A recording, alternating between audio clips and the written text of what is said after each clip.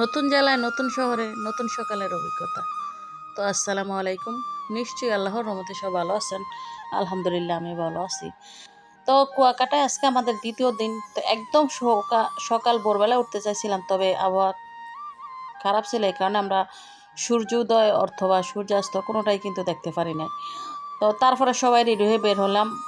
তো প্রথমে চিন্তা করলাম যে আমরা নাস্তা খেয়ে তারপরে বিচে যাব, কারণ আজকে আমাদের সকালে হোটেলের চেক আউট ছিল সকাল 11টা 30 মিনিটে।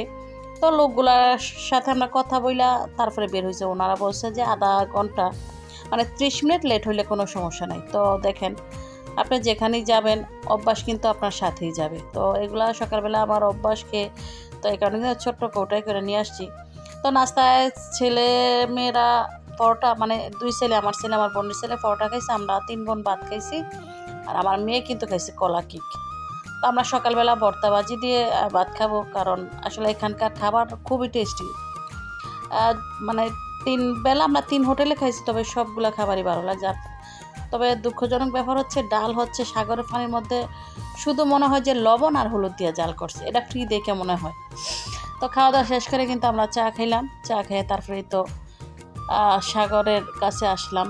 তো আসলে পৃথিবীটা না অনেক সুন্দর, তবে সেটা আপনি গড় বৈশাখ কখনোই অনুভব করতে পারবেন না।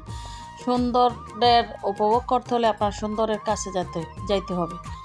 মানে সাগর কতটা ভালো লাগে সেটা সাগর পার না আসলে আপনি বুঝতে পারবেন না।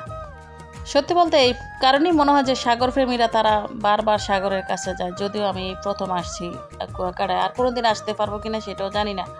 আর সাগর পার আসলে দেখা যায় আহারে ভালোবাসার কোনো অভাব নাই। তো যেহেতু আমরা আবার আজকে রিটার্ন ব্যাক করবো বরিশাল, তো আমাদের হোটেলের চেক আউট ছিল সকাল 11:30 বাজে। তো ওনারা বইলা দিছে যে 30 মিনিট লেট হইলে কোনো সমস্যা নাই, তবে সাগর পাড় আইসা গোসল করতে পারি নাই, এটা হচ্ছে দুঃখ। তারপরেও কিছু করার নাই। আসলে সাগরের সৌন্দর্য কতটুকু এইটা তো বুঝতে পারছি। আর এখানে যদি ঘন্টার পর ঘন্টা আপনি দাঁড়ায় থাকেন বা বসে থাকেন, আপনার একটুও খারাপ লাগবে না যে এখন আর ভালো লাগে না, চইলা যাই। আর অনেক আফুরা, অনেক ভাইয়েরা অনেক দূর থেকে আসে, আর সবার মানে ক্যামেরাবন্দি, সবার হাতে হাতে যেহেতু এখন মোবাইল, সবাই এই সুন্দর সময়টুকু ক্যামেরাবন্দি করার জন্য কিন্তু সবাই ব্যস্ত। আর এখানে কিন্তু অনেক ফটোশুটার আছে যারা আপনার ছবি তুলে দিব।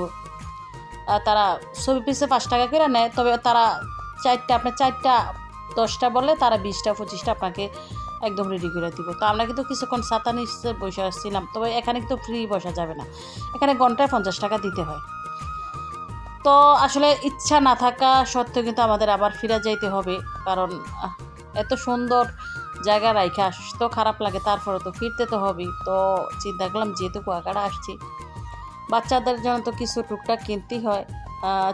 তবে বড় কিছু কিনি না, কারণ এইসব এত দূরে জার্নি করা, এরা কিছু নিয়ে আসা একদমই সম্ভব না। আমার ছেলে মানুষ তো, ও চাইছিল একটা বল কিনা দিতাম, তবে বলছি যে বল বাড়িতে গিয়ে কিনা দিব, এখান থেকে এটা এত জার্নি করে এত দূরে নেওয়ার কোনো দরকার নাই। আর এই কিউট আয়নাটা আমার মেয়ের পছন্দ হয়েছে, আমারও খুব পছন্দ হয়েছে। তো কিউট আয়নাটা কিন্তু নিয়ে নিয়েছিলাম, সত্যি অনেক সুন্দর কিন্তু এটা দেখতো। আর আমার তো সবসময় আমার মানে ঘরের সামগ্রীর কাছে চোখ যায়। তো এই চালনগুলো দেখেন, ফলের জুড়ি, এই জুড়িগুলা 300 টাকা করে, খুব সুন্দর। তো এই তো অবশেষে কিন্তু আমরা আবার ফিরা যাইতাছি। তো অনেকটা খারাপ লাগতেছে আসলে, মানে যে ফিরা যাইতাছি মনে হইতেছে যে কি ফালায় রেখা যাইতাছি। তো হয়তো হোটেলে আইসা সব কিছু গুছিয়ে নিয়ে আমরা বের হয়েছি।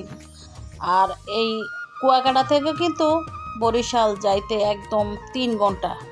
তবে ওই দিন আমরা ভুল করে এক বাসে উঠছি, টিকিট কাইটে উঠছি, তবে আসলে মানুষের ঠগাইতে খুব ব্যস্ত।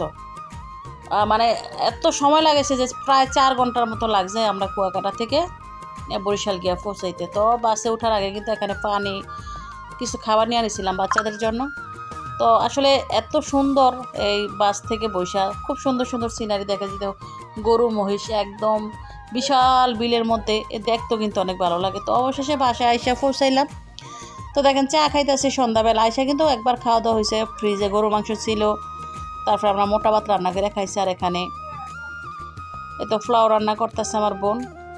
আর যেহেতু আমার বোন জব করে, আসলে রান্না বান্না এগুলা কিন্তু আমরা আসলে আমরা নিজেরা করে খাই।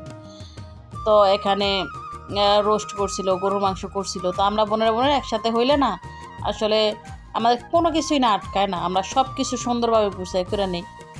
আর আমরা চাইছিলাম আমার বোন জব করে, ও কষ্ট করে আমাদেরকে কেন রান্না করে খাওয়াবো, আমরা নিজেরা রান্না করে ওকে খাওয়াবো।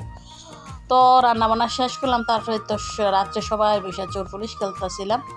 তবে এই খেলাগুলো আগে আমরা বৃষ্টির সময় বসে বসে খেলতাম, যদি এখনকার বাচ্চারা তেমন খেলতে পারে না। তো ধন্যবাদ সবাইকে, আল্লাহ হাফেজ।